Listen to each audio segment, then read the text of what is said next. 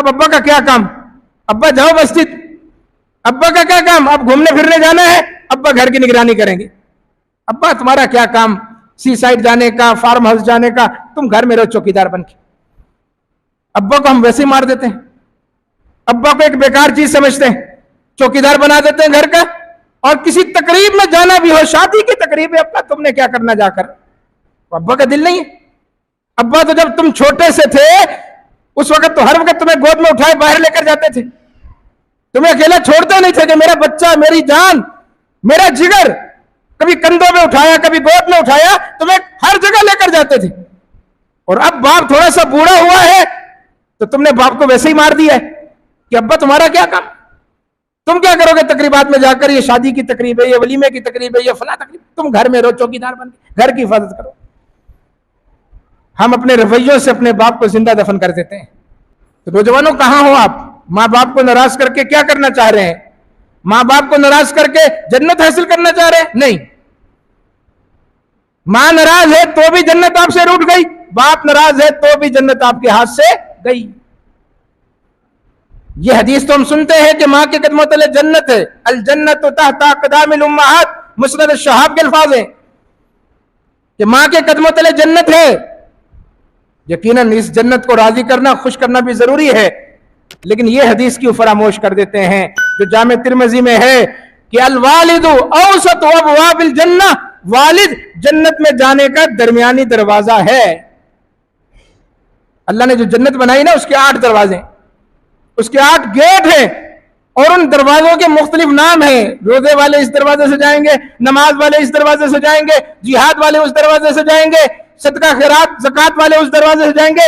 एक दरवाजे का नाम है बाबुल वालिद, वालिद की खिदमत करने वाले, वालिद की इताअत करने वाले, वालिद की फरमाबरदारी करने वाले, आओ जन्नत में वालिद के दरवाजे से जन्नत में दाखिल हो।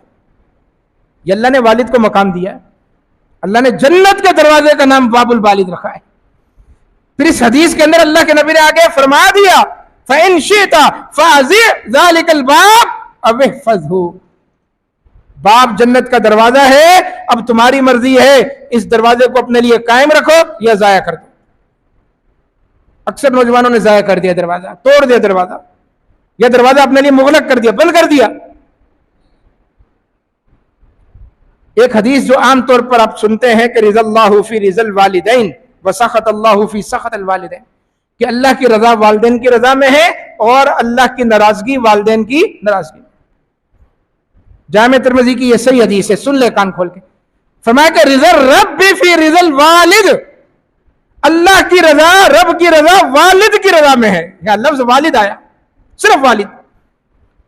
अल्लाह की और रब की रजा वालिद की रजा में है। वह सख़तुर रब्बी फी सख़तिल वालिद, और अल्लाह की नाराजगी वालिद की नाराजगी में है, वालिद की। ये शरीयत ने मकाम दिया है बाप को, जिसको आज हम कुछ नहीं समझते। बाप जैसे उम्र बड़ी होती है, रिटायर होता है, तो हम भी उसको रिटायर ही समझते हैं। अब अब्बा का क्या काम? अब्बा जाओ मस्जिद। अब्बा का क्या काम? अब घूमने फिरने जाना है, अब्बा घर की निगरानी करेंगे। अब्बा तुम्हारा क्या काम सी साइड जाने का, फार्म हाउस जाने का, तुम घर में रहो चौकीदार बन के। अब्बा को हम वैसे ही मार देते हैं, अब्बा को एक बेकार चीज समझते हैं, चौकीदार बना देते हैं घर का। और किसी तकरीब में जाना भी हो, शादी की तकरीब है, अब्बा तुमने क्या करना जाकर? अब्बा का दिल नहीं है। अब्बा तो जब तुम छोटे से थे उस वक्त तो हर वक्त तुम्हें गोद में उठाए बाहर लेकर जाते थे, तुम्हें अकेला छोड़ते नहीं थे कि मेरा बच्चा, मेरी जान, मेरा जिगर। कभी कंधों में उठाया, कभी गोद में उठाया, तुम्हें हर जगह लेकर जाते थे। और अब बाप थोड़ा सा बूढ़ा हुआ है तो तुमने बाप को वैसे ही मार दिया है कि अब्बा तुम्हारा क्या काम?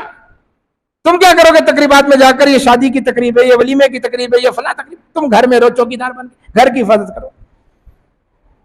हम अपने रवैयों से अपने बाप को जिंदा दफन कर देते हैं।